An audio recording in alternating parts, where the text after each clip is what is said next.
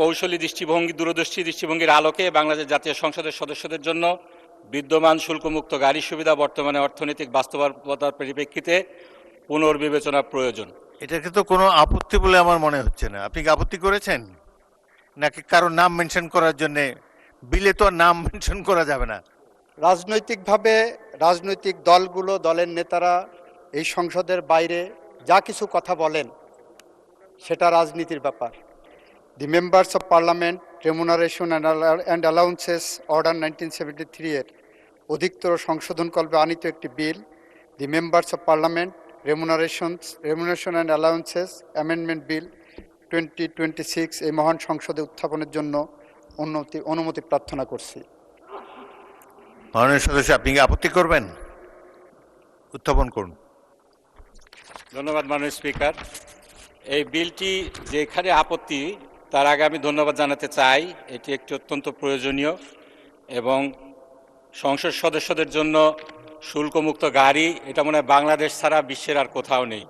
শুধু একটা বিষয় আমি একটু দৃষ্টি আকর্ষণ করতে চাই। এখানে উদ্দেশ্য এবং কারণ সম্বলিত একটি বিবৃতি দেওয়া হয়েছে, যেখানে বলা হয়েছে যে জাতীয় সংসদের যিনি সম্মানিত নেতা রয়েছেন তার কৌশলী দৃষ্টিভঙ্গি দূরদর্শী দৃষ্টিভঙ্গির আলোকে বাংলাদেশ জাতীয় সংসদের সদস্যদের জন্য বিদ্যমান শুল্কমুক্ত গাড়ি সুবিধা বর্তমানে অর্থনৈতিক বাস্তবতার পরিপ্রেক্ষিতে পুনর্বিবেচনা প্রয়োজন। এখানে মাননীয় স্পিকার, আমরা সবাই জানি, আপনিও জানেন, মাননীয় বিরোধী দলের নেতার একটা ভূমিকা ছিল। আমাদের বাংলাদেশ জামাত ইসলামী সংসদ নির্বাচনের আগেই একটি নির্বাচনী প্রতিশ্রুতি দিয়েছিল, আমরা যদি বিরোধী দলেও থাকি তাহলে আমরা শুল্কমুক্ত গাড়ি নেব না, এবং একই সাথে প্লটের কথাও বলা হয়েছিল। এখন যে বিষয়টি আইনগতভাবে রূপ নিতে যাচ্ছে, সেখানে উদ্দেশ্য এবং কারণ সম্বলিত বিবৃতিতে যদি আমরা ন্যায় বিচার, ন্যায় ইনসাফের কথা বলি, তাহলে বিরোধী দলীয় নেতার কথাটিও এখানে যুক্ত হওয়া, তার বিবৃতি এবং তার যে সিদ্ধান্ত, এটা আসাটা আমি মনে করছি জরুরি। ধন্যবাদ মাননীয় স্পিকার। এটাকে তো কোনো আপত্তি বলে আমার মনে হচ্ছে না। আপনি কি আপত্তি করেছেন নাকি কারো নাম মেনশন করার জন্য? বিলে তো নাম মেনশন করা যাবে না। মাননীয় আইনমন্ত্রী। মাননীয় স্পিকার, আপনাকে ধন্যবাদ। আপনার মাধ্যমে আমার মাননীয় সংসদ সদস্যকেও ধন্যবাদ জানাচ্ছি। মাননীয় স্পিকার, রাজনৈতিকভাবে রাজনৈতিক দলগুলো, দলের নেতারা এই সংসদের বাইরে যা কিছু কথা বলেন সেটা রাজনীতির ব্যাপার। যখন আইনের প্রশ্ন আসবে, মাননীয় স্পিকার, বিলটা উত্থাপন করেন পাবলিক পলিসি হিসেবে সরকারের পক্ষ থেকে সংশ্লিষ্ট মন্ত্রী। এটা কোনো প্রাইভেট বিল যদি হতো তাহলে ওনার পক্ষ থেকে মাননীয় বিরোধী দলের নেতার দূরদৃষ্টি সম্পর্কে উত্থাপন করতে পারতেন, সেটা ওনার একটা প্রিভিলেজ অ্যান্ড রাইট। আমরা পার্লামেন্টের প্রথম পার্লামেন্টারি কমিটির মিটিংয়ে মাননীয় সংসদ সদস্য এই বিষয়ে সরকারি দলের পার্লামেন্ট সদস্যদের মিটিংয়ে এটা উত্থাপন করার জন্য বলেছিলেন, এবং সেই অনুসারে আমরা উদ্দেশ্য এবং কারণ সংবলিত এই বিবৃতি তৈরি করেছি। এই পার্লামেন্টে ওনাদের পক্ষ থেকে এ ধরনের কোনো বক্তব্য আমাদের কাছে আসেনি। মাননীয় স্পিকার, নেভারদিলেস ওনারা যেহেতু তুলেছেন, মাননীয় সংসদ নেতা মাননীয় প্রধানমন্ত্রী ইতিমধ্যেই বলেছেন যে ওনার নামটাও যদি এর সাথে সংযুক্ত হয় তাহলে আমাদের কোনো আপত্তি নেই মাননীয় স্পিকার। সেই কারণে আমি ওনার নাম উল্লেখ করে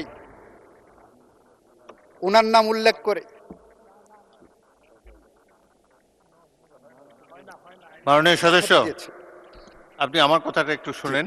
জি, তিনি কোনো আপত্তি দেন নাই। জি, সুতরাং আপনি বিলটি উত্থাপন করুন। মাননীয় স্পিকার, আপনাকে ধন্যবাদ।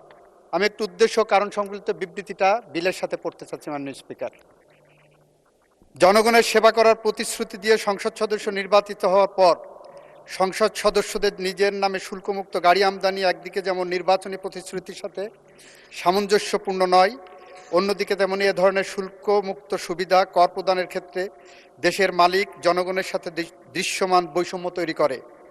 এ প্রেক্ষিতে মাননীয় সংসদ নেতার দূরদর্শী দৃষ্টিভঙ্গির আলোকে বাংলাদেশ জাতীয় সংসদের সদস্যদের জন্য বিদ্যমান শুল্কমুক্ত গাড়ি সুবিধা বর্তমান অর্থনৈতিক বাস্তবতার প্রেক্ষাপটে পুনর্বিবেচনা প্রয়োজন। রাষ্ট্রীয় ব্যয় সংকোচন, স্বচ্ছতা ও জবাবদিহিতা বৃদ্ধি এবং নাগরিকদের সাথে সাম্য প্রতিষ্ঠা কল্পে উক্ত সুবিধা বাতিল করার জন্য the Members of Parliament Remuneration and Allowances Order 1973, PO number 28 of 1973 এর আর্টিকেল 3C বিলুপ্ত করার উদ্দেশ্যে এই বিলটি এই মহান জাতীয় সংসদে উপস্থাপন করা হলো। মাননীয় স্পিকার, আপনাকে ধন্যবাদ। The Members of Parliament Remuneration and Allowance Amendment Bill 2026 সংসদে উত্থাপিত হলো। আমি এখন মাননীয় আইন, বিচার ও সংসদ বিষয়ক মন্ত্রী মোহাম্মদ আসাদুজ্জামানকে সংসদে উত্থাপিত আকারে The Members of Parliament Remuneration and Allowances Amendment Bill 2026 অবিলম্বে বিবেচনার প্রস্তাব উত্থাপনের জন্য আহ্বান জানাচ্ছি। মাননীয় স্পিকার, আপনাকে ধন্যবাদ। মাননীয় speaker, the members of parliament remuneration and allowances order 1973 এর অধিকতর সংশোধনকল্পে আনিত the members of parliament remuneration and allowances amendment bill 2026 অবিলম্বে এই মহান সংসদে বিবেচনার জন্য গ্রহণ করা হোক। সংসদের সামনে প্রশ্ন হচ্ছে, সংসদে উত্থাপিত আকারে দি members of parliament remuneration and allowances amendment bill 2026 অবিলম্বে বিবেচনার জন্য গ্রহণ করা হোক। যারা এই প্রস্তাবের পক্ষে আছেন তারা হাঁ বলুন। যারা এই প্রস্তাবের বিপক্ষে আছেন তারা না বলুন। আমার মনে হয় হাঁ জয়যুক্ত হয়েছে, হাঁ জয়যুক্ত হয়েছে, হাঁ জয়যুক্ত হয়েছে। অতএব সংসদে উত্থাপিত আকারে দি members of parliament remuneration and allowances amendment bill 2026 অবিলম্বে বিবেচনার জন্য গৃহীত হল। মাননীয় সদস্যবৃন্দ, বিলটির উপর দফাওয়ারি কোনো সংশোধনী নেই। আমি এখন বিলের দফাটি সংসদের সামনে পেশ করছি। সংসদের সামনে প্রশ্ন হচ্ছে, বিলের দফা 2 এই বিলের অংশ হিসাবে গ্রহণ করা হোক। যারা এই প্রস্তাবের পক্ষে আছেন তারা হাঁ বলুন। যারা এই প্রস্তাবের বিপক্ষে আছেন তারা না বলুন। আমার মনে হয় হাঁ জয়যুক্ত হয়েছে, হাঁ জয়যুক্ত হয়েছে, হাঁ জয়যুক্ত হয়েছে। অতএব বিলের দফা 2 এই বিলের অংশ হিসাবে গৃহীত হল। বিলের 1 দফা, বলবৎকরণ দফা, প্রস্তাবনা, প্রবর্তনা এবং শিরোনামা এই বিলের অংশ হিসাবে গ্রহণ করা হোক। যারা এই প্রস্তাবের পক্ষে আছেন তারা হাঁ বলুন। যারা এই প্রস্তাবের বিপক্ষে আছেন তারা না বলুন। আমার মনে হয় হাঁ জয়যুক্ত হয়েছে, হাঁ জয়যুক্ত হয়েছে, হাঁ জয়যুক্ত হয়েছে। অতএব বিলের 1 দফা, বলবৎকরণ দফা, প্রস্তাবনা, প্রবর্তন এবং শিরোনামা এই বিলের অংশ হিসাবে গৃহীত হল। মাননীয় আইন, বিচার ও সংসদ বিষয়ক মন্ত্রী মোহাম্মদ আসাদুজ্জামান, আপনি বিলটি পাশ করার প্রস্তাব উত্থাপন করতে পারেন। মাননীয় স্পিকার, আপনাকে ধন্যবাদ। মাননীয় স্পিকার, আমি মোহাম্মদ আসাদুজ্জামান, মন্ত্রী, আইন, বিচার ও সংসদ বিষয়ক মন্ত্রণালয়, প্রস্তাব করছি যে দি members of parliament remuneration and allowances order 1973 এর অধিকতর সংশোধনকল্পে আনিত বিলটি, যা দি members of parliament remuneration allowances amendment bill 2026 নামে অভিহিত হয়েছে, উক্ত বিলটি উত্থাপিত আকারে পাশ করা হোক।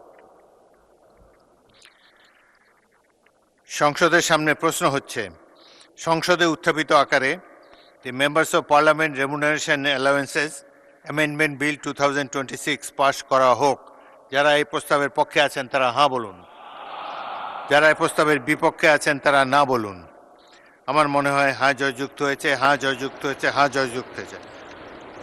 অতএব সংসদে উত্থাপিত আকারে দি members of parliament remuneration and allowances amendment bill 2026 পাশ হলো।